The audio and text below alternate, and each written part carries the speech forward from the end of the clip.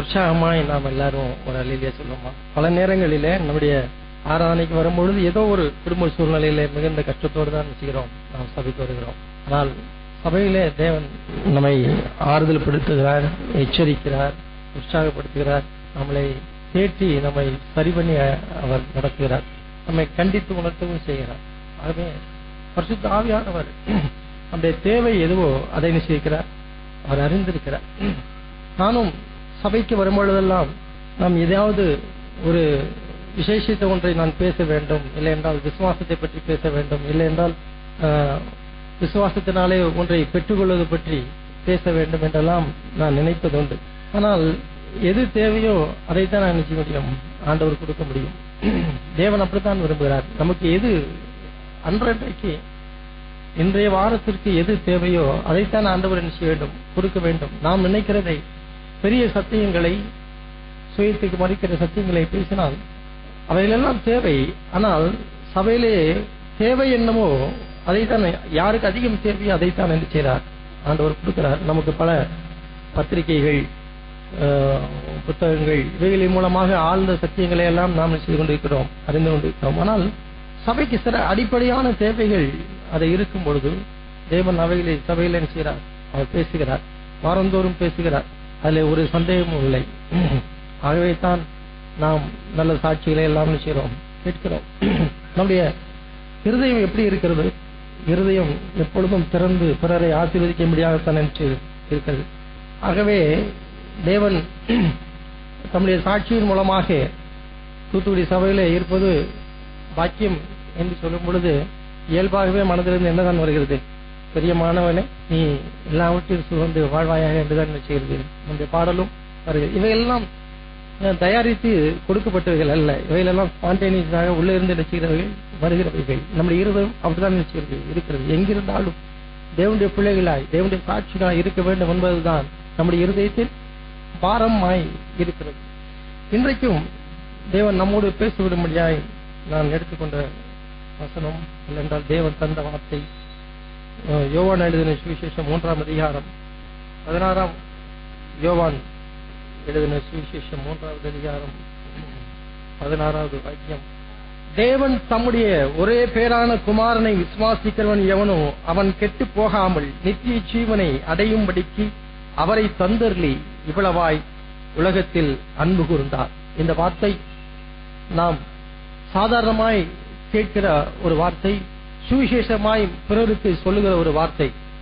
தேவன் நம்மில் அன்பு கூர்ந்து தம்முடைய குமாரனை இந்த உலகத்துக்கு அனுப்பினார்.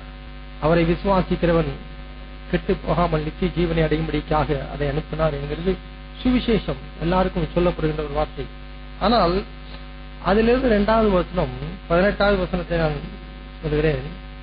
அவரை விசுவாசிக்கிறவன் ஆக்கினைக்குள்ளாக தீர்க்கப்படான், இல்லை என்றால் தீர்க்கப்படுவதில்லை. விசுவாசியாதவனோ தேவனுடைய ஒரே பேரான குமாரனுடைய நாமத்தில் விசுவாசம் உள்ளவனாய் இராதபடியினால் அவன் ஆக்கினைக்கு தீர்ப்புக்கு உட்பட்டாயிற்று. வேதம் நாம் அறிந்திருக்கிறோம், தேவ வசனம் இருபுறமும் கருக்குள்ள பட்டயமாய் இருக்கிறது. எப்பொழுதுமே ஒரு ஆசீர்வாதம் இல்லையென்றால் ஒரு வாழ்த்து செய்தி கொண்டு வரும் பொழுது அதுக்குரிய நிபந்தனைகளும் நிச்சயம் கூட வரும், நிபந்தனைகளும் கூட வரும். அதே போலத்தான் தேவன் இவ்வளவாய் உலகத்திலே அன்பு பாராட்டி தம்முடைய குமாரனை கொடுத்து அவர் செய்திருக்கிறார் என்று சொல்லப்படும் பொழுது அவரை விசுவாசிக்காதவன் எவன், அவனுடைய நிலைமையும் பற்றி என்ன செய்கிறது சொல்லப்பட்டிருக்கிறது. அவரை விசுவாசிக்கிறவன் ஆக்கினைக்குள்ளாக தீர்க்கப்படுவது இல்லை. ஆனால் விசுவாசியாதவன் தேவனுடைய ஒரே பேரான குமாரனுடைய நாமத்தின் மேல் விசுவாசம் உள்ளவனாய் இருந்து அந்த பாக்கியத்தை அவன் பெற்றுக்கொள்வதில் ஆர்வம் காட்டாதபடியினாலே அவன் ஏற்கனவே ஆக்கினை தீர்ப்புக்கு உட்பட்டாயிற்று. ஆகவே ஒன்றை நாம் நினைவில் வைத்துக் கொள்ள வேண்டும், தேவன் எப்பொழுதும் நமக்கு தம்முடைய வாசலை திறந்து வைத்து இதே போல சொல்லிக்கொண்டே இருக்கிறார் என்று நினைக்க வேண்டாம். அவருடைய இந்த 3:16 ஒரு வாக்கியம் காலகாலமாய் எத்தனையோ வருஷங்களாக சொல்லப்படுகிற ஒரு வார்த்தை. புறஜாதிகளுக்கு சொல்லப்படுவது போல எல்லோரும் வாருங்கள், உளவாய் தேவன் அன்பு கூர்ந்தார் அன்பு கூர்ந்தார் என்று நாம் சொல்கிறோம். ஆனால் இவ்வளவு பெரிய ரட்சிப்பை குறித்து கவலையற்று போனால் நாம் தண்டனைக்கு எப்படி தப்பித்துக் கொள்வோம் என்கிறதும் தேவனுடைய வார்த்தையாக இருக்கிறது. ஆகவே தூத்துக்குடி சபையில இருக்கிறது மிகுந்த பாக்கியமாக நாம் சொல்லப்பட்டாலும் தேவனுடைய வார்த்தைகளை இங்கே இருந்து தேவனுடைய பிள்ளைகள் அவர் சொல்ல ஒவ்வொரு வாரமும் கேட்டுக்கொண்டும் நம்முடைய வழிகளை சரி பண்ண வேண்டும், நம்முடைய வாழ்க்கையின் முறைகளை மாற்ற வேண்டும், தேவன் நடத்துகிற பாதையில நடக்க வேண்டும் என்று தீர்மானம் எடுத்து அந்த பாதையிலே நடவாமல் இருந்தால் நாம் ஏற்கனவே ஆக்கினை தீர்ப்புக்கு உட்பலிட்டாயிற்று என்பதையும் நாம் ஞாபகத்தில் வைத்திருக்க வேண்டும். நான் பழைய ஏற்பாட்டிலிருந்து உங்களுக்கு ஒரு உதாரணத்தை நான் உங்களுக்கு சொல்ல விரும்புகிறேன். 1 சாமுவேலின் புத்தகம் 15வது அதிகாரம். இவையெல்லாம் திருஷ்டாந்தங்களாக ஏற்கனவே சரித்திரத்தில் நடந்திருக்கிறது. அவைகளை நாம் கொஞ்சம் சிந்தித்து பார்ப்பது மிகவும் நமக்கு பிரயோஜனமாக இருக்கும் என்று நான் நினைக்கிறேன். 1 சாமுவேலின் புத்தகம் 15வது அதிகாரம் 1வது வசனம். பின்பு சாமுவேல் சவுலை நோக்கி, இஸ்ரவேலராகிய தம்முடைய ஜனங்கள் மேல் உம்மை ராஜாவாக அபிஷேகம் பண்ணுகிறதற்கு கர்த்தர் என்னை அனுப்பினாரே, இப்போதும் கர்த்தருடைய வார்த்தையின் சத்தத்தை கேளும். சேனைகளின் கர்த்தர் சொல்வது என்னவென்றால், இஸ்ரவேலர் எகிப்திலிருந்து வந்தபோது அமலேக்கு அவர்களுக்கு வழிமறித்த செய்கையை மனதிலே வைத்திருக்கிறேன். இப்போதும் நீ போய் அமலேக்கை மடங்கடித்து அவனுக்கு உண்டான எல்லாவற்றையும் சங்கரித்து அவன் மேல் இரக்கம் வையாமல் புருஷரையும் ஸ்திரீகளையும் பிள்ளைகளையும் குழந்தைகளையும் மாடுகளையும் ஆடுகளையும் ஒட்டகங்களையும் கழுதைகளையும் கொன்று போட கடவாய் என்கிறார் என்று சொன்னான். இங்கே சாமுவேலையும் சவுலையும் நாம் பார்க்கிறோம். சவுல் அறியப்படாததாக இருந்த பொழுது ஆண்டவர் அவனை தேடி பிடித்து அவனை யாருக்கு ராஜாவாக்கினார்? இஸ்ரவேல் ஜனங்களுக்கு அவர் ராஜாவாக்கினார். அதை தேடி பிடித்து அவனை அபிஷேகம் பண்ணது யார்? சாமுவேல். சவுல் ராஜபாரம் பண்ணி தன்னுடைய ராஜபாரத்தின் காலத்திலே அநேக யுத்தங்களை அவன் சந்தித்தான். அவன் யுத்தங்கள் எல்லாம் அவன் ஜெயித்தான். தேவன் அவனோடு கூட இருந்தார். அவன் எங்கெல்லாம் பராக்கிரமசாலிகள் பலசாலிகள் எல்லாம் பார்க்கணும், அவர்கள் எல்லாரையும் தன்னிடமாக சேர்த்துக் கொண்டு ஒரு பெரிய பட்டாளத்துக்கு என்ன செய்வான்? அவன் தலைவனானான். அவன் ராஜா. 2 லட்சம் காலாட்கள் இருக்கிற ஒரு பட்டாளத்துக்கு யார்? அவன் தளபதியாய் இருக்கிறான். இப்பொழுது அது சாதாரண சவுல் அல்ல. அவன் எங்கேயோ அறியப்படாத ஒரு சவுலாய் இப்பொழுது இருக்கவில்லை. இப்பொழுது எல்லாருக்கும் தெரிந்த ஒரு சவுல், எல்லாருக்கும் பெரிய ஒரு பட்டாளத்துக்கு ஒரு ராஜாவாய் இருக்கிற ஒரு சவுல், அநேக யுத்தங்களை ஜெயித்த ஒரு சவுல். இப்போ ஆண்டவர் சொல்கிறார் சாமுவேலின் மூலமாக, நான் தான் உன்னை அபிஷேகம் பண்ணினேன் அல்லவா? ஆம். இப்பொழுது மறுபடியும் ஆண்டவர் சொல்கிற வார்த்தையை கேள். நீ அமலேக்கை முழுவதுமாய் என்ன செய்ய வேண்டும்? நீ அவனை கொன்று அவனுக்கு உண்ட எல்லாவற்றையும் நீ அழித்து போட வேண்டும் என்று சொல்கிறார். ஆனால் சவுல் அந்த வார்த்தைக்கு முழுவதுமாய் கீழ்ப்படிந்தானா என்றால் நாம் சரித்திரத்தை பார்க்கிறோம். 9வது வசனம். சவுலும் ஜனங்களும் ஆகாகையும் ஆடு மாடுகளில் முதல் தரமானவைகளையும் 2ஆம் தரமானவைகளையும் ஆட்டுக்குட்டிகளையும் நலமான எல்லாவற்றையும் அழித்து போட மனதில்லாமல் தப்ப வைத்து அற்பமானவைகளும் உதவாதிகளுமான சகல வஸ்துக்களை முற்றிலும் அழித்து போட்டார்கள்.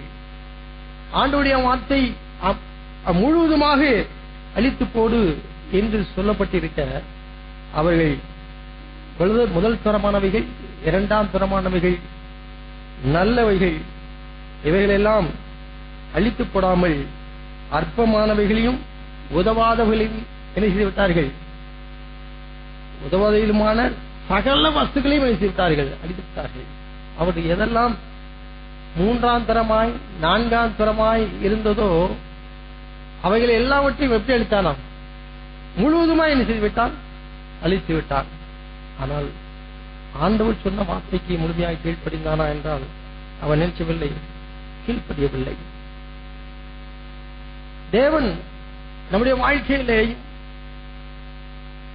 நம்முடைய பலவிதமான சூழ்நிலையிலிருந்து நம்மை மீட்டு நம்மை அபிஷேகித்து நம்மை ஒரு நல்ல இடத்துல வைத்திருந்து நல்ல சபையிலே வைத்திருந்து ஆண்டவருடைய வார்த்தைகளை பின்பாக சொல்லும் பொழுது இப்பொழுது கேள் என்று ஆண்டவர் நமக்கு ஒரு வார்த்தையை கொடுத்து ஒரு கட்டளையை கொடுத்து இந்த வாழ்க்கையில சரி பண்ண வேண்டியதை இதை செய் என்று சொல்லும் பொழுது நமக்கு எது பிரதானமாய் தோன்றுகிறதோ அவைகளையெல்லாம் தக்க வைத்துக் கொண்டு எதையெல்லாம் ஆண்டவருடைய வார்த்தைக்கு கீழ்ப்படிவது போல கீழ்ப்படிய முடியுமோ அற்பமானவைகள் அவைகளெல்லாம் என்ன செய்ய வேண்டும், நாம் கீழ்ப்படிந்து விடுகிறோம். ஆனால் தேவன் சொன்ன பிரகாரமாய் முழுவதுமாய் ஆண்டவருடைய வார்த்தைகளுக்கு என்ன செய்யறதில்லை, கீழ்ப்படுகிறதில்லை. இன்றைக்கு அநேகர் நினைக்கிறார்கள் சாதாரணமாய் ஒரு விலையுயர்ந்த ஒரு ஆடையை வேண்டாம் என்று ஒதுக்கி விடுகிறது தேவனும் அதை மிகவும் சிறந்ததாய் பார்க்கிறார் என்று நினைக்கிறார்கள். இவைகளெல்லாம் நாம் சிந்தித்து பார்ப்போம் என்றால், ஆவிக்குரிய பிரகாரமாய் பார்ப்போம் என்றால், இவைகளெல்லாம் 3ஆம் தரமும் 4ஆம் தரமானவர்களுக்கான இருக்கிறது.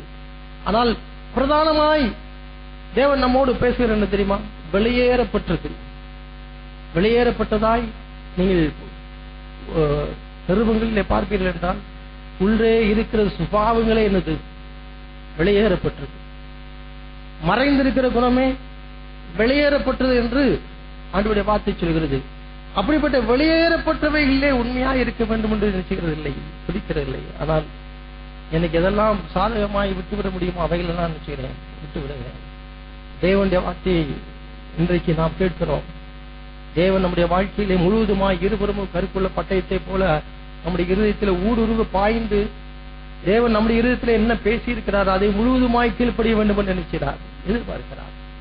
எனக்கு உள்ளாக இருக்கிற ஒருவரை பற்றிய ஒரு கசப்புணர்ச்சியிலிருந்து விடுதலை பெறு, அதுல ஒரு பட்டயத்தை வை என்று ஆண்டவர் சொல்லுவார் என்றால் அதை நான் என்ன செய்யறதில்லை, வைக்கிறதில்லை.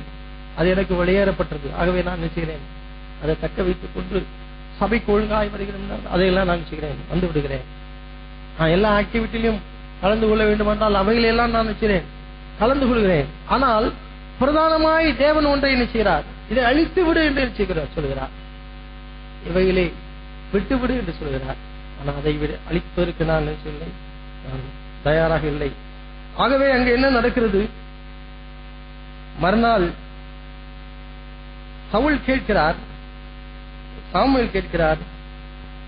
அதற்கு சாமுவேல் 14வது வசனம், அப்படியானால் என் காதுகளில் விழுகிறது ஆடுகளின் சத்தமும் எனக்கு கேட்கிற மாடுகளின் சத்தமும் என்ன?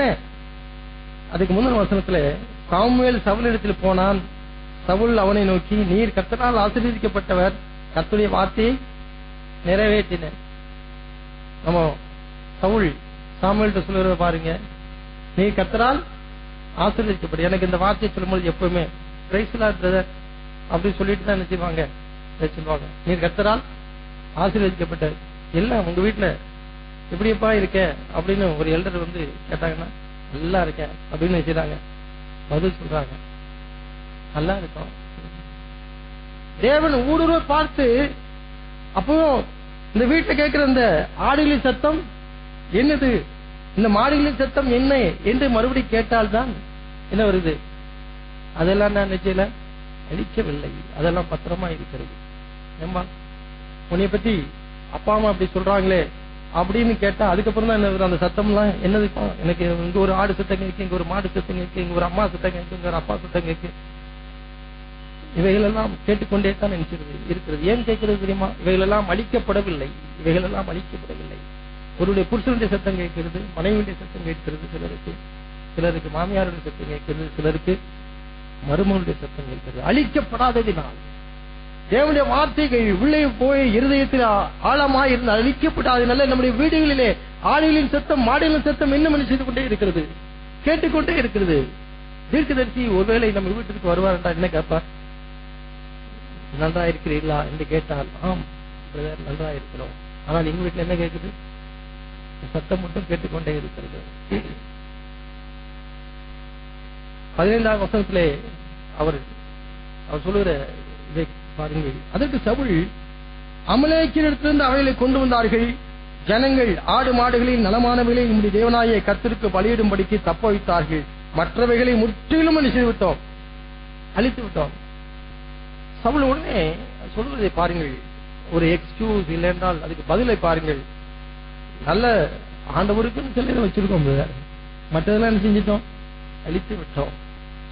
உண்மையான தீர்க்கதரிசியா இருந்தால் அவர் எப்பொழுதுமே அப்படியே என்றெல்லாம் செய்வதில்லை, சொல்லிக்கிறதே இல்லை. உண்மையாய் உங்களுடைய ஆவிக்குரிய வாழ்க்கையின் மீது பற்றுள்ளவர்களாய் உங்களை நீதியாய் நியாயம் தீர்த்து உங்களை சரியான பாதையிலே வழிநடத்துகிறவர்களாய் இருந்தால் அந்த தீர்க்கதரிசி என்ன சொல்வார்? பேச்சை விடு என்று என்ன சொல்வார்? அதைத்தான் சாமுவேல் சொல்கிறார். அந்த பேச்சை விடும். கர்த்தர் இந்த ராத்திரியிலே உனக்கு சொன்னதை, எனக்கு சொன்னதை உனக்கு அறிவிக்கிறேன். வளவலா கொலகலா இருந்தா என்ன செய்யறதில்லை. இல்ல, உன்னுடைய துதி பாடல் எல்லாம் நான் கேட்டுக்கொண்டு இருப்பதற்கு தயாராக இல்லை. இந்த வாழ்க்கையிலே சரி பண்ண வேண்டியது சரி பண்ணி விட வேண்டும். நீ அழிக்க வேண்டியவர்கள் அழிக்க வேண்டும். தேவன் முழுமையாய் நம்முடைய வாழ்க்கையிலே பக்தி வைராக்கியம் உள்ளவராயிருக்கிறார். அவர் பட்சிக்கிற அக்னியாயிருக்கிறார். அவைகள் முழுமையா அழிக்கப்பட வேண்டும் என்றால் அழிக்கப்பட வேண்டும். இல்லை என்றால் நம்முடைய வீடுகளிலே, நம்முடைய குடும்பங்களிலே, நம்முடைய சொந்த வாழ்க்கையிலே ஆடுகளும் மாடுகளின் சத்தம் கேட்டுக்கொண்டே அது இருந்து கொண்டே இருக்கும். அழிக்கப்படாத வரைக்கும் அது இருந்து கொண்டே இருக்கிறோம். தேவன் அப்படி இருக்க வேண்டும் என்று விரும்பவில்லை. 19வது வசனத்துல 18வது வசனத்துல வாசிக்கிறேன். இப்போதும் கர்த்தர், நீ போய் அமலேக்கியராகிய அந்த பாவிகளை சங்கரித்து அவர்களை நிர்மூலமாக்கி தீர் மட்டும் அவர்களோடு யுத்தம் பண்ணும் என்று சொல்லி உம்மை அந்த வழியாய் அனுப்பினார். தேவன் நமக்கு கொடுத்துக்கிற கட்டளை என்ன? நம்மை ஆட்கொண்டு இருக்கிற, நம்மை மேற்கொள்ளுகிற, நம்மை ஜெயிக்கிற ஒவ்வொன்றையும் அழித்து நிர்மூலமாக்குற வரைக்கும் என்ன செய்? யுத்தம் பண்ண வேண்டும். இதில் ஜெயிக்க முடியவில்லை. நான் என்னுடைய குடும்பத்தில் இதில் ஜெயிக்க முடியவில்லை, இல்லை என்றால் ஒரு வாலிப சகோதரன், வாலிப சகோதரி, இவைகளிலே நான் ஜெயிக்க முடியவில்லை என்று கேட்டால் ஆண்டவன் நம்மை உணர்த்தி அனுப்பின என்ற காரியம், நீ ஜெயிக்கிற வரைக்கும் என்ன செய்ய? யுத்தம் பண்ணு. நீ அவர்களை ஜெயிக்கிற வரைக்கும் யுத்தம் பண்ணுன்னு சொன்ன. நீ என்ன செய்யற? யுத்தம் பண்ணுகிறதை விட்டு விட்டு அவைகளை என்ன செய்கிற? எனக்கு இவைகள் எல்லாம் வேண்டும், எனக்கு கொஞ்சம் கோபம் இருக்கிறது. அவர்கள் என்ன நினைக்கிறார்கள்? இருந்தா தான் சரியா வரும். என் பொண்டாட்டி சொன்ன கேப்பா, அதுவும் இல்லைன்னு என்ன செஞ்சணும்? ஒண்ணுமே இல்லை. ஆகவே நான் அதை தக்க வைத்திருக்கிறேன்.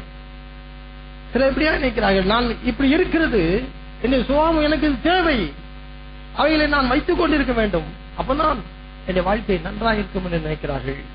தேவன் அமலேக்கியுடைய காரியங்களை முழுவதுமாக அழிக்கும் மட்டும் நீ என்ன செய்து கொண்டே இரு, யுத்தம் பண்ணிக்கொண்டே இரு. ஒருவேளை அழியாம இருக்கலாம், 1 வருஷம் ஆகிவிட்டு 2 வருஷம் ஆயிட்டு இன்னும் அழிக்கலாம். ஆனால் நான் அவைகளை பாதுகாப்பா என்னுடைய மடியில வைத்து நான் கொஞ்சம் கொண்டிருந்தேன் என்றால் அழியவே அழியாது. அவைகளை நான் அழிக்கும் மட்டும் என்ன செய்து கொண்டே இருக்க வேண்டும், யுத்தம் பண்ணிக்கொண்டே இருக்க வேண்டும். யுத்தம் பண்ணுகிற நான் ஓய்வடையக்கூடாது.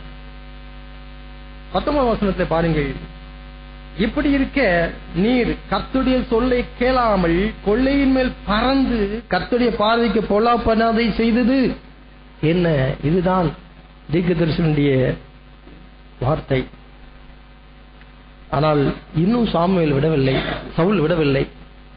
நம்மை போல எத்தனையோ காரணங்களை, அழிக்காததற்கு காரணங்களை சொல்லி அதை சமாளித்து இன்னும் நான் ஆண்டவருக்கு பிரியமாய் தான் நடந்து கொண்டே இருக்கிறேன் என்று நினைக்கிறோமே, அதை போல சவுல் என்ன செய்கிறான்? சவுல் சாமுவேலை நோக்கி, நான் கர்த்தருடைய சொல்லை கேட்டு கர்த்தர் என்னை அனுப்பின வழியாய் போய் அமலேக்கின் ராஜாவாகிய ஆகாகை கொண்டு வந்து அமலேக்கரை சங்காரம் பண்ணினேன். ஜனங்களோ உம்முடைய தேவனாகிய கர்த்தருக்கு கில்காலிலே பலியிடுவதற்காக கொள்ளையிலே சாபத்தீடாகும் ஆடு மாடுகளை பிரதானமானவர்களை பிடித்துக் கொண்டு வந்தார்கள்.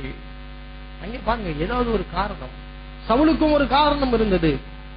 ஏன் கர்த்தருடைய வார்த்தைக்கு முழுமையாய் கீழ்ப்படியவில்லை என்பதற்கு சவுலுக்கும் ஒரு காரணம் வந்தது. அவனுடைய காரணம் என்ன? கர்த்தருக்கு பலியிடுவதற்கென்றே நான் எடுத்து வைத்திருக்கிறேன். ஜனங்கள் எடுத்து வைத்திருக்கிறார்கள். நாம் கடந்த வாரத்துக்கு முந்தின வாரத்தில் நாம் பார்த்தோம், அவர் எல்லாரும் கன்று குட்டிக்கு என்ன செய்து கொண்டிருந்தார்கள்? பலியிட்டுக் கொண்டிருந்தார்கள். ஆனால் சொன்னதோ கர்த்தருக்கு பண்டிகை என்று சென்றார்கள், சொன்னார்கள். கர்த்தருக்கு பண்டிகை என்று சொல்லிக் கொண்டே கண்டிக்கு கொண்டிருக்கிற முன்பாக இருந்து அவர்கள் முழுமையாய் பணிந்து கொண்டார்கள். இப்பொழுதுதான் நான் உண்மையான ஒரு இன்றைக்கு காலையில் உள்ள வார்த்தைக்கு நான் வருகிறேன். 22வது வசனம். இவைகள் நம்முடைய வாழ்க்கையிலே நாம் மறக்காமல் இவைகள் இருக்க வேண்டும். அதற்கு சாமுவேல், கர்த்தருடைய சத்தத்திற்கு கீழ்ப்படிவதை பார்க்கிலும் சர்வாங்க தகனங்களும் பலிகளும் கர்த்தருக்கு பிரியமாயிருக்குமோ பலியை பார்க்கிலும் கீழ்ப்படிதலும் ஆட்டுக்கடாக்களின் நனத்தை பார்க்கிலும் நினைத்தை பார்க்கிலும் செவி கொடுத்தலும் உத்தமம். ரெண்டகம் பண்ணுதல் பில்லிசூனிய பாவத்திற்கும் முரட்டாட்டம் பண்ணுதல் அவபக்திக்கும் விக்கிரக ஆராதனைக்கும் சரியாய் இருக்கிறது. நீர் கர்த்தருடைய வார்த்தையை புறக்கணித்தபடினால் அவர் உம்மை ராஜாவாகாதபடிக்கு புறக்கணித்து தள்ளினார். இங்கே சவுலுடைய நடவடிக்கைகளை இப்பொழுதெல்லாம் நாம் கேள்விப்பட்டோம். சவுல் செய்தது என்ன, தேவன் சவுலை செய்ய சொன்னது என்ன, அவள் செய்தது என்ன என்பது நமக்கு தெரியும். ஆனால் தேவன் அதை எப்படி பார்க்கிறார்? சாமுவேலின் மூலமாக சவுலுக்கு சொன்னது என்ன தெரியுமா? ரெண்டகம் பண்ணுதல். ரெண்டகம் பண்ணுகிறது தமிழ்ல இருக்கு, ஆங்கிலத்தில் ரெபல்லியன் என்று இருக்கிறது. ரெபல்லியன் ஸ்பிரிட், ரெபல்லியன் எதிர்க்கிற ஒரு ஆவி, இல்லை என்றால் கீழ்ப்படிய கூடாமல் மறுக்கிற ஒரு ஆவி. அதுதான் சவுலிடத்தில் இருந்ததாக சாமுவேல் சொல்லுகிறார். தேவனுடைய வார்த்தை அப்படிதான் சொல்கிறது. நான் இவைகள் எல்லாம் செய்யாமல் அழிக்காமல் என்ற வாழ்க்கையில நான் இருக்கும் பொழுது எனக்குள்ள என்ன இருக்கிறதாக பார்க்கிறார். நான் பலியிடுகிறேன், ஆலயத்துக்கு வந்து நான் என்ன செய்கிறேன், ஆர்ப்பரிக்கிறேன், நான் பாடல் பாடுகிறேன், நான் சபையாரோடு இருக்கிறேன். அவைகள் எல்லாம் பலிகள், ஞாயிறுதோறும் ஆராதிக்கிறதெல்லாம் பலிகளாக இருக்கிறது. ஆனால் ஆண்டவர் என்ன சொன்னார்? இவைகள் எல்லாம் நீ அழிக்காமல் விலை செய்தால் ரெண்டகம் பண்ணுதல் ரெபல்லியன் உன்னிடத்தில் இருக்கிறது. அது விச் கிராஃப்டுக்கு சமானம். பில்லிசூனியம். பில்லிசூனியம்னா தெரியும்ல, பேய்களும் பேய்களுக்கு அடுத்தவைகளும் ஐக்கியம் வைக்கொள்கிறதாம் என்னது பில்லிசூனியம். அவ்வளவு அருவருப்பானதா இருக்கிறது. அவைகளுக்கு ஒப்பிட்டு சொல்கிறார், நீ ரெபல்லியனா இருந்தால் நீ எதிர்த்து ரெண்டகம் பண்ணுகிறவனாய், எதிர்க்கிறவனாய், நம்முடைய வாழ்க்கையிலே தேவனுடைய வார்த்தைகளுக்கு எதிர்க்கிறவனாய், அதை கீழ்ப்படியாமல் இருப்பதற்கு நான் அதற்கு எதிர்க்கிறவனாய் ஒன்று செய்கிறவனாய் இருந்தால் அந்த வார்த்தையை நாம் நம்முடைய வாழ்க்கையில வைத்துக் கொள்ளும். ரெபல்லியன், எதிர்க்கிற ஒரு ஆவி, எதிர்க்கிற ஒரு சுபாவம். அருமையான ஒரு வாலிப பிள்ளைகளுக்கு நான் அன்பாய் சொல்கிறேன். வாலிப பிள்ளைகளுக்கு, வாலிப தம்பிமார் தன்னுடைய வாழ்க்கையின் முக்கியமான கட்டத்துக்கு வரும்பொழுது நம்மோடு கூட சேர்ந்து ஒன்று வருகிறது. நம்முடைய வாழ்க்கையில 14, 15, 16 வயது ஆகும் பொழுது நமக்கு ஒரு சுபாவம் உள்ளே இருந்து வருகிறது. என்ன சுபாவம் தெரியுமா? ரெபல்லியன். ரெபல்லியன் என்கிற ஒரு ஸ்பிரிட், ஒரு ஆவி நமக்குள்ளாக வரும். அது ஒரு எதிர்க்கிற ஆவி, முரட்டாட்டம் பண்ணுகிற ஆவி. ஸ்டபான், அதுக்கு அடுத்த வசனத்துல என்ன சொல்லப்பட்டிருக்கிறோம்? முரட்டாட்டம் பண்ணுகிறது அவபக்திக்கும் விக்கிரக ஆராதனைக்கும் சரியா இருக்கிறது. நாம் எங்கேயோ போய் ஒரு விக்கிரகத்தை நான் கும்பிடவில்லை, அதற்கு பலியிடவில்லை, அதற்கு நான் மாலை போட்டு நான் அதை வணங்கவில்லை. ஆனால் எனக்குள்ள ஒரு மனம் திரும்ப முடியாத ஒரு ஸ்டபான் நேச்சர், ஒரு முரட்டாட்டமான ஒரு சுபாவம், இல்லையென்றால் கடினமான ஒரு மனது, என்னுடைய பெற்றோருக்கு கீழ்ப்படிய முடியாத ஒரு உணர்வு, மற்ற சகோதரருடைய ஆலோசனையை கேட்க முடியாத ஒரு உணர்வு. இவைகள் எல்லாம் நம்முடைய வாலிப பிராயத்தில் என்ன செய்யும்? அவைகள் நம்மோடு கூட அந்த பீரியட்ல வரும். அவைகள் எல்லாம் சாதாரணமானவைகள், அவைகள் எல்லாம் இருந்தால்தான் இந்த உலகத்தில் பிழைக்க முடியும் என்று அவைகளை பேணி பாதுகாத்து அவைகளை வைத்துக் கொண்டால் ஆண்டவர் என்ன,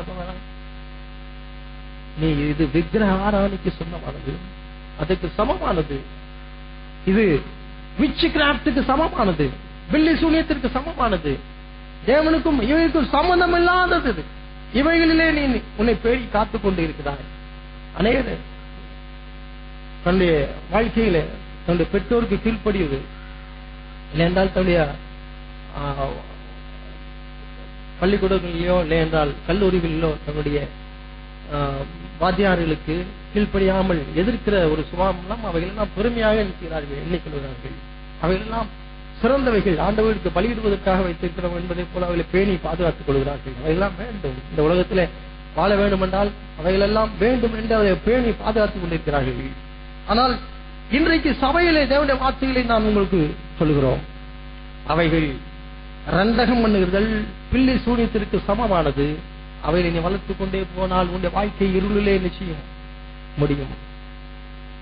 நான் உங்களை சபையா ஒவ்வொரு நாளும் ஒவ்வொரு வாரம் வரும்போதெல்லாம் உங்களுடைய பிள்ளைகளுக்கு எதை சொல்லி நாம் சரியான வழியிலே நடத்தலாம், எப்படி சொல்லி அவைகளை சரியான வழியிலே கொண்டு வரலாம் என்றுதான் செய்கிறோம். யாரையும் ஆக்கிரைக்குள்ளாக தீர்ப்பதற்காக அல்ல, ஆனால் தேவனுடைய வார்த்தை இருபுறமும் கருக்கொள்ளப்பட்ட இருக்கிறது. எப்படி 3:16 ஆண்டவர் தம்முடைய குமாரனை கொடுத்து அன்பு கூர்ந்தாரோ அதே வண்ணமாய் 18வது வசனத்திலே நம்மை ஆக்கினைக்குள்ளாக மன்னிச்சுவார், அவர் தீர்ப்பார், அதற்கு சந்தேகமே இல்லை. முரட்டாட்டமும் எதிர்க்கிற சுபாவமும் ஸ்டபான் நேச்சரும் நம்மிடத்திலோ நம்முடைய பிள்ளைகளிடத்திலே வளர்வதை நாம் மன்னிச்ச வேண்டாம், நாம் அதை விரும்ப வேண்டாம். அவைகள் விச் கிராப்டுக்கு சமானம், பிள்ளை சூனியத்திற்கு சமானம். அவைகளை நாம் மன்னிச்ச வேண்டும், நாம் விரும்பிட வேண்டும். தேவன் இந்த நாளிலே நம்மை நிச்சயிறார், நம்மை அவர் எச்சரிக்கிறார்.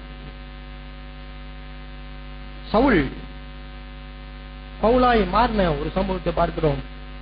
சவுலுக்கு ஆண்டவர் தரிசனமான பொழுது ஆண்டவர் என்ன சொன்னார்? முள்ளிலே உதைக்கிறது உனக்கு கடினமா, முள்ளிலே உதைக்கிறது உனக்கு கடினமா. சவுல் அதுவரைக்கும் முள்ளிலே அவன் செய்து கொண்டே இருக்கிறார், உதைத்துக் கொண்டே இருக்கிறார்.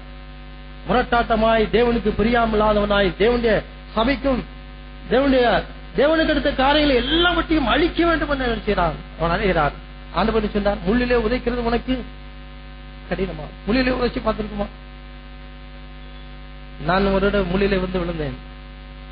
எங்களுடைய சபையில நம்ம எல்லாரும் அப்பொழுது ஒரு கிராமங்களுக்கு சென்று சுவிசேஷம் அறிவிப்பதற்காக போய் செல்லும் பொழுது 2 சைக்கிள் போய்கிட்டே இருந்தோம். போய்கொண்டே இருக்கும் பொழுது நான் முன்னாலே சைக்கிள் முன்னாடி உட்கார்ந்துருக்கேன். ஒரு சீட்ல உட்கார்ந்துருப்பார், இன்னொரு முன்னாடி உட்கார்ந்துருப்பார். நான் முன்னாடி உட்கார்ந்து போட்டுக்கொண்டே இருந்தேன். எப்படியோ அந்த சைக்கிள் வந்து இன்னொரு சைக்கிளோட மோதி அந்த நம்ம சகோதரெல்லாம் போகும்பொழுது இந்த சைக்கிள் டைரக்ஷன் மாறி விட்டது. நான் அந்த ஃப்ரண்ட் வீலை இப்படி பிடித்திருக்கிறேன், சைக்கிளை இப்படி பிடித்து அதை ஓட்டி கொண்டிருந்தவர் ஸ்லிப் ஆகி கீழே விழுந்து விட்டார். இப்பொழுது வண்டி மட்டும் கொண்டே இருக்கிறது, போய்கொண்டே இருக்கிறது. எனக்கு அதுல கண்ட்ரோல் இல்லை, ஏனென்றால் நான் டிரைவர் சீட்ல அதுல இல்லை. அப்படியே போய் ஒரு பெரிய முள்ளு இருந்தது, முள்ளுல போய் பொத்தென்று இருந்தது. அப்போதுதான் என்னை அப்படியே மெதுவாய் உடனே சகோதரர்கள் எல்லாம் ஓடி வந்து என்னை தூக்கினார்கள். தூக்குனா தூக்க முடியாது, ஏன்னா எங்க தூக்குனாலும் என்ன செய்யும், சுத்தம். அப்படியே ஒரு முள்ளில் போட்ட ஒரு மலரை எடுப்பது போல மெதுவாய் என்னை எடுத்து வெளியே கொண்டு வந்து ஒவ்வொரு முள்ளா ஆகவே முள்ளில் உதைக்கிறது என்று எனக்கு தெரியும். உடைய வாழ்க்கையில நீங்களும் முள்ளிலே உதைத்தால் நிச்சயம் உதைத்து பாருங்கள். தேவனுடைய வார்த்தைகளுக்கு கீழ்ப்படியாம முரட்டாட்டம் ஒண்ணு தேவனை விட்டு போற காரியம்லாம் எப்படி எதுக்கு சமமா இருக்கிறது? முள்ளில் ஆண்டவர் நம்ம சொல்கிறார், நம்ம முள்ளில் உதைக்கிறது கடினமாகும், முள்ளில் உதைக்கிறது நமக்கு கடினமாகும். நான் ஒரு உதாரணத்தை நம்முடைய சபையில் உள்ள பிள்ளைகளுக்கு நான் சொல்ல விரும்புகிறேன். மங்கி, ஒரு குரங்குடைய கதை நீங்கள் ஏற்கனவே கேள்விப்பட்டிருக்கிறேன் என்று தெரியவில்லை. ஒரு 10 குரங்குகளை ஒரு ரூமுக்குள்ளே அவர்கள் வைத்து, அந்த ரூமிலே மத்தியிலே ஒரு ஏணி வைத்து, அந்த ஏணி படிக்கு மேலே ஒரு வாழைப்பழத்தை எதிர்த்தார்கள், அதை வைத்திருந்தார்கள். நீங்கள் கவனிக்கிறீர்கள் என்று நினைக்கிறேன். ஒரு அறை, அந்த அறையின் மத்தியில ஒரு அது அறைக்குள்ளாக 10 குரங்குகளை போட்டு மத்தியில ஒரு ஏணி இருக்குது. அந்த ஏணிக்கு மேலாக நேரம் எங்க இருக்கிறது, ஒரு சீப்பு வாழைப்பழம் அங்கே கட்டி தொங்க வைத்திருக்கிறார்கள். அங்கே வழக்கமா என்ன நடக்கும் என்று தெரியும். இந்த ரூமுக்குள்ள வைத்த உடனே குரங்கு போனவன்னு என்ன செய்யும், நேரம் அந்த ஏணியில ஏறி அந்த பழத்தை பறித்து சாப்பிடுவதுதான் இயல்பானது. ஆனால் அந்த அமைப்பு அந்த ரூம்ல என்ன செய்திருந்தார்கள் என்றால், அவர் குரங்கு ஏற வேண்டும் என்று ஒரு குரங்கு ஏற நினைக்கும் போது உடனே என்ன செய்யும், அங்கே ஒரு ஐஸ் வாட்டர், ஒரு ஃபவுண்டன் வச்சிருந்தார்கள். அந்த ஐஸ் வாட்டர் உடனே என்ன செய்யும், திறந்து சில்லு என்று இந்த குரங்கள் மேலே அடிக்கும். உடனே அந்த ஏறின குரங்கள் உடனே செய்யணும், இறங்கிவிடும், அவைகளை ஏறாது. அப்படி கொஞ்ச நேரம் அமைதியா இருக்கும். மறுபடியும் ஒரு குரங்குக்கு ஒரு ஆசை வரும், உடனே அதை ஏறி மேல போக வேண்டும் நினைக்கும். மேல போக வேண்டும் ஒரு குரங்கு முயற்சித்து எப்படியாட்டு அந்த பழத்தை பறித்து விட வேண்டும் நினைக்கும் பொழுது மறுபடியும் என்ன நினைக்கும், குழந்த ஒரு சில்லென்று அடித்த உடனே மற்ற குரங்குகள்லாம் சேர்ந்து அந்த குரங்கை அடித்து விடும், கீழே இறக்கிவிடும். ஏன், அவைகளால் தாங்க முடியவில்லை, இந்த ஐஸ் வாட்டர் விழுகிறதை தாங்க முடியாதனால இந்த குரங்கை உடனே அடிச்சு விடுத்து. இப்படி அதை இவைகளும் ஒன்று நினைத்தாலும் அவைகள் எப்பொழுதெல்லாம் அட்டம் பண்றார்களோ அப்பொழுதெல்லாம் இந்த ஐஸ் வாட்டர் விழுந்தோடனே அவர்கள் யாருமே அதை முயற்சிக்கவில்லை. அந்த பழம் அப்படியே இருந்தது, அந்த ஏணியும் அப்படியே இருந்தது. அப்படி இருக்கும் பொழுது அந்த 10 குரங்குகளே ஒரு குரங்கை வெளியே எடுத்து விட்டு புதிதாய் ஒரு குரங்கை இருக்கிறார்கள் உள்ளே அனுப்பினார்கள். இந்த குரங்கு உள்ளே போன உடனே அது என்ன பார்த்தது, இந்த பழத்தை பார்த்தது. பழத்தை பார்த்த உடனே அதுக்கு ஒரு ஆச்சரியம், ஏன் மற்ற குரங்குகள்லாம் அந்த பழத்தை சாப்பிடாமல் இருக்கிறது அப்படின்னு சொல்லி உடனே அந்த ஏனில ஏறி அதை பறிக்க வேண்டும் என்று போன உடனே மற்ற 9 குரங்கு என்ன செய்தது, அதை பிடிச்சி அடின்னு அடிச்சு உனக்கு அந்த குரங்குக்கு ஏன் என்று புரியவில்லை. ஆனால் ஏன் என்னை அடிக்கிறார்கள், நான் நினைக்கிறேன் பழத்தை சாப்பிடத்தானே போகிறேன் என்று இருக்கிறார்கள்.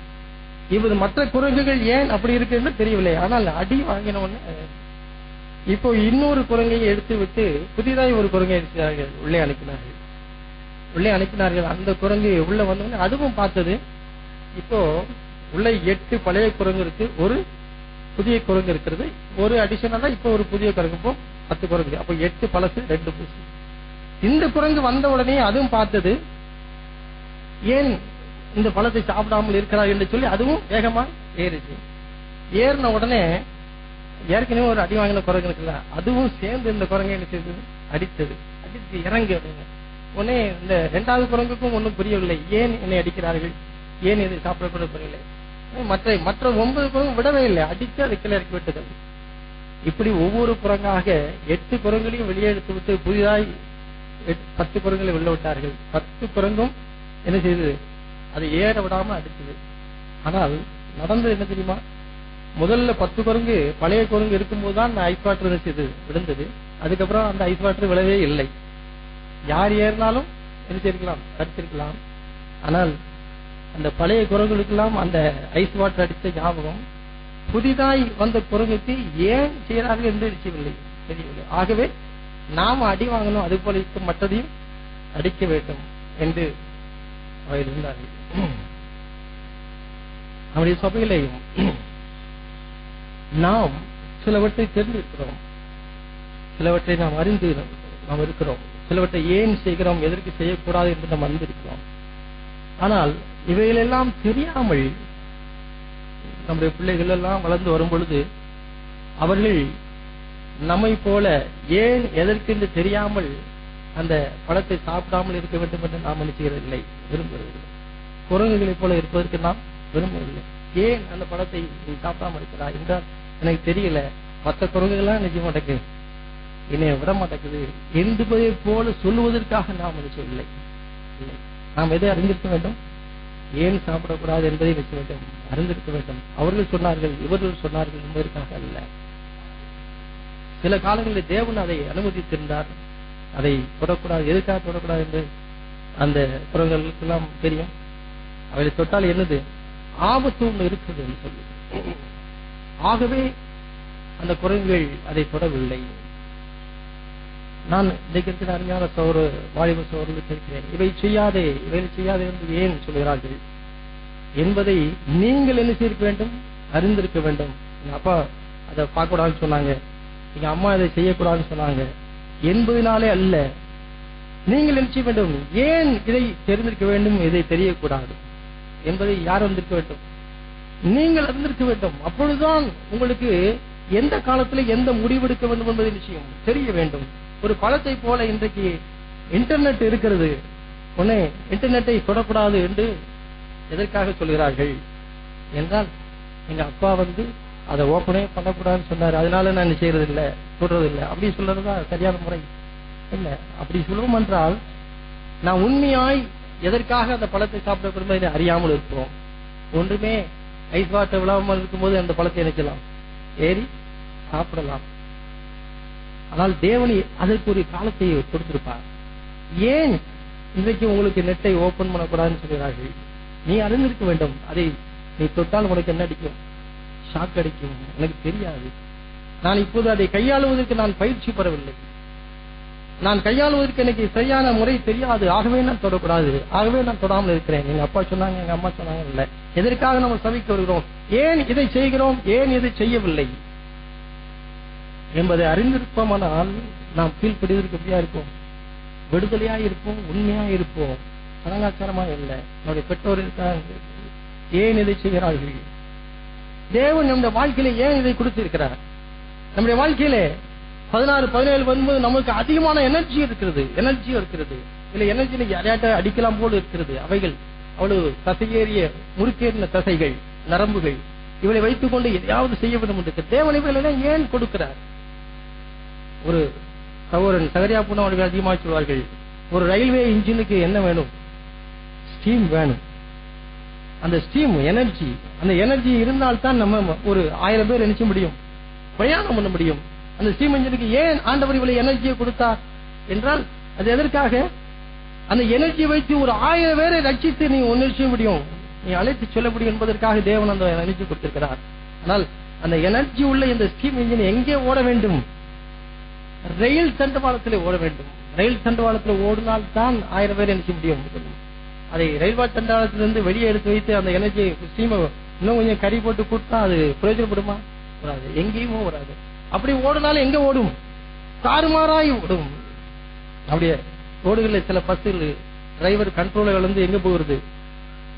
அங்கிட்ட இங்கிட்ட ஓடி பஸ்ஸுக்காக காத்திருக்கிற ஷெல்டர்ல போய் ஒரு 10 பேரை என்ன செய்யுது? காலி பண்ணிடுது. ஏன்? அந்த எனர்ஜியை சரியான வழியிலே கொண்டு போறதுக்கு நிச்சயவில்லை, தெரியவில்லை. அதே போலதான் தேவன் நம்முடைய உங்களுக்கு எல்லாம் ஏன் அந்த எனர்ஜியை கொடுத்திருக்கிறார்? அதை ஒரு ஸ்டீம் இன்ஜின் போல ஒரு 1000 பேரை நடத்தி செல்ல என்று நீங்கள் விசுவாசியுங்கள்.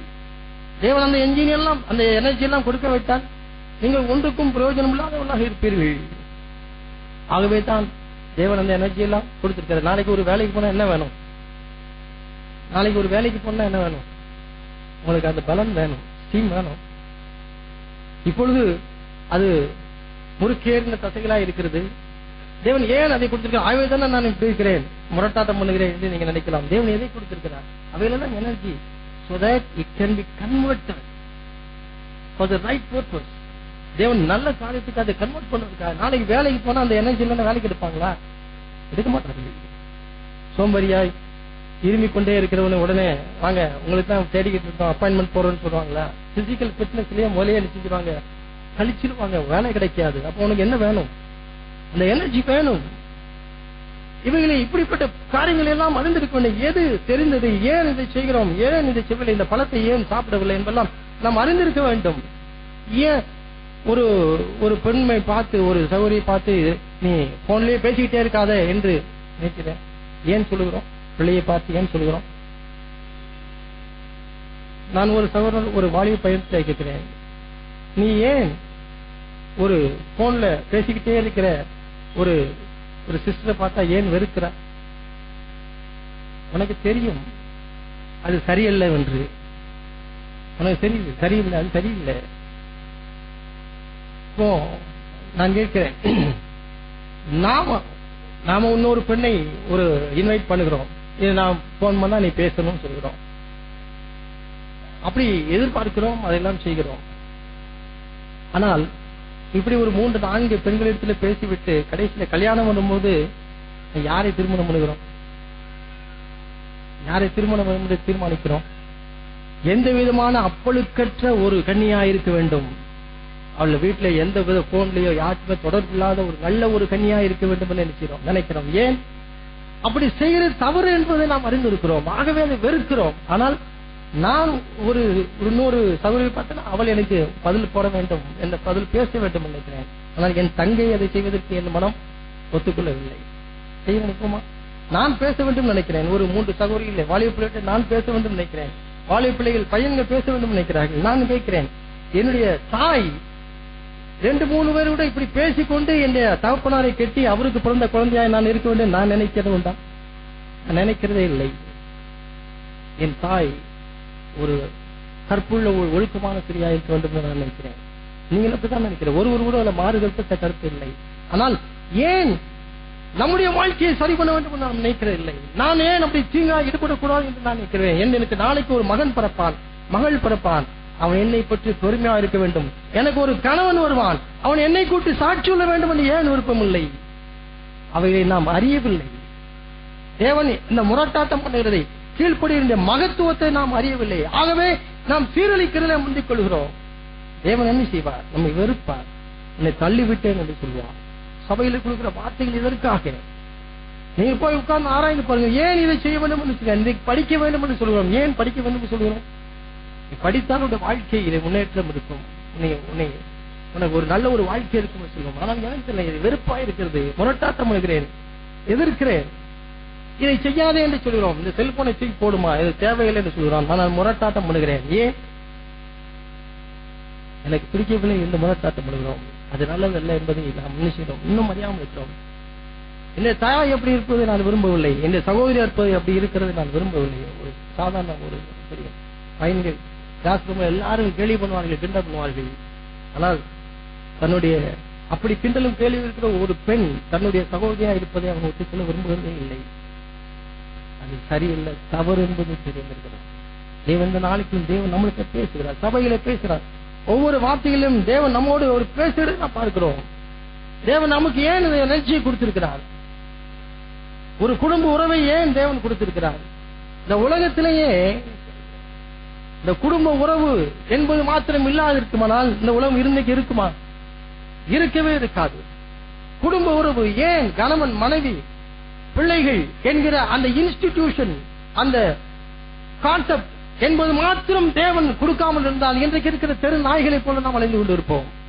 அவைகளுக்கும் எனர்ஜி இருக்கிறது, அவைகளும் இனப்பெருக்கம் செய்கிறார்கள். ஆனால் அவர்களுக்கும் நமக்கு உள்ள வித்தியாசம் என்ன? குடும்ப கான்செப்ட். நம்முடைய குடும்பம் அவ்வளவு மேன்மையானது. ஏன் பரிசுத்தமாய் ஒரு கணவனுக்கு ஒரு மனைவியை கொடுக்க வேண்டும் என்று நினைக்கிறோம்? அதில் தான் மகிமை, அதில் தான் தேவன் விரும்புகிறார். அப்படிப்பட்ட குடும்பங்கள் தான் சபைகளாக இருக்க முடியும். இல்லையென்றால் திருநாய்களை போல இன்றைக்கு எத்தனை ஜனங்கள் இருக்கிறார்கள், அதே போல நாமும் ஜீவிக்கிறவர்களா இருப்போம். தேவன் எதை விசேஷித்து கொடுத்திருக்கிறார்? அந்த இன்ஸ்டிடியூஷன். நான் ஒரு ஸ்கூலுக்கு போகிறேன், படிக்க போகிறேன். படித்து விட்டு நான் நேர எங்க வருகிறேன்? வீட்டுக்கு வருகிறேன். ஏன் வருகிறேன் வீட்டுக்கு? அங்க எனக்கு என்ன கிடைக்கும்? எனக்கு அன்பு கிடைக்கும், எனக்கு உணவு கிடைக்கும், எனக்கு தங்குவதற்கு இடம் கிடைக்கும். எல்லாம் எங்கே கிடைக்கிறது? நான் அன்பு கிடைக்காமல் உணவு கிடைக்கிற ஒரு ஹாஸ்டல்ல உங்களுக்கு போட்டால் அது உங்களுக்கு விருப்பமா இருக்குமா? இல்ல. எது தேவை? குடும்பம் என்பது தேவை. ஒரு கணவன் தன்னுடைய அலுவலகத்திலிருந்து வரும்பொழுது நேர எங்கே வர வேண்டும் விரும்புகிறான்? தன்னை வீட்டிற்கு. எதற்காக? தன் மனைவியை பார்க்க வேண்டும், தன் பிள்ளைகளை பார்க்க வேண்டும். இந்த கான்செப்ட் இது தேவன் கொடுத்தது. ஆகவே தான் இன்றைக்கு உலகம் இருக்கிறது. இல்லை என்றால் ஒருவரே ஒரு குத்தி இருந்திருப்பார்கள், மடிந்திருப்பார்கள். எல்லாரும் பிரம்மச்சாரிகளாய், திருமணம் ஆகாதவர்களாய், குடும்பம் இல்லாதவர்களாய் இருந்தால் இந்த உலகத்தில் என்ன நடக்கும்? ஜெயில்கள் எல்லாம் நிரம்பி இருக்கும். வீடுகள் எல்லாம் ஜெயில்களாகத்தான் ஆக்க வேண்டும். ஏனென்றால் எந்தவித ஒரு உக்கிரானத்துவம் இல்லை. ஏன் ஒரு புருஷன் நேர வீட்டுக்கு வந்து பொறுப்போட மனைவி இருக்கிறாள், குடும்பம் பிள்ளைகள் இருக்கிறார்கள், அவருக்கு நான் பார்க்க வேண்டும், அவரை ஆதரிக்க வேண்டும், அவர்களுக்கு நான் விஷயம். இதெல்லாம் தேடி தேவன் அமைத்த ஒரு கான்செப்ட். அவைகள் மட்டும் இல்லாமல் என்றால் இந்த உலகம் சீரழிந்திருக்கும். இன்றைக்கு எதையுமே டேக் இட் ஈஸி என்று சொல்லி வாலிப பிள்ளைகள், காலேஜ் பிள்ளைகள் எல்லாம் நினைக்கிறார்கள். அவைகள் எல்லாம் சீரழிவுக்கு அடையாளங்களாக போய் கொண்டு இருக்கிறது. அவைகளை நாம் பின்பற்றுவதற்காக தேவன் நமக்கு அழைக்கவில்லை. தேவன் ஏன் நம்மை ஒரு கற்புள்ள கன்னியாக, ஒரு கற்புள்ள ஒரு சகோதரனாக இருக்க வேண்டும் என்று தேவன் விரும்புகிறார். ஒரு இன்ஸ்டிடியூஷன், ஒரு குடும்பம், அது வெளியேறப்பட்டதா இருப்பது.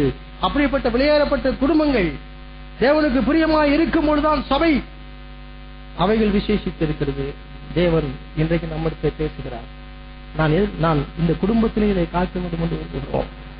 ஏன் எனக்குள்ளாக இந்த சுபாவங்கள் வருது, எதிர்க்கிற சுபாவங்கள் வருது? நான் சவுளை போல தேவனுக்கு பிரியமா இருக்கிறது நான் செய்யவில்லை. முழு கவனமும் செலுத்தாததினாலே ஆண்டவருடைய பட்டயம் கருப்புள்ளது. ஆண்டவர் தம்முடைய குமாரனை இந்த உலகத்துக்கு அனுப்பி ஒருவராவது கெட்டு போகாமல் இருக்கும்படியாக அவர் தம்முடைய குமாரன் அனுப்பி அவர்களை ரட்சித்தார்.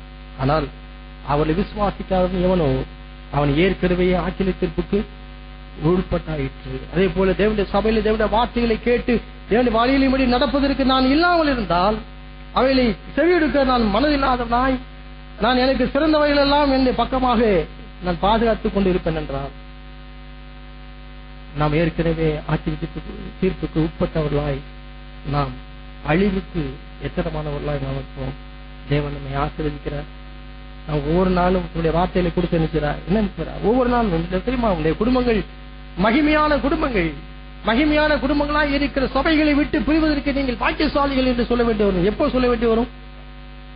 ஒன்றுமில்லாத, ஐக்கியமே இல்லாத, அன்பு இல்லாத சில குடும்பங்களை கூட உங்களை ஒரு சபையில கொண்டு போட்டால் உங்களுக்கு நிச்சயம் தெரியும். தேவன் எங்கே நம்முடைய சபையில ஒருவருக்கு ஒரு அன்பு கூறவும், பட்சமாய் ஒருவரை நேசிக்கவும், வெளியேறப்பட்ட தத்துவங்களை இல்லையென்றால் வெளியேறப்பட்டவளை நாம் பெற்றுக்கொள்ளவும் தேவன் நம்ம நிச்சயிக்கிறார், நடத்தியிருக்கிறார். தேவன் நமக்கு உதவி செய்வாராக.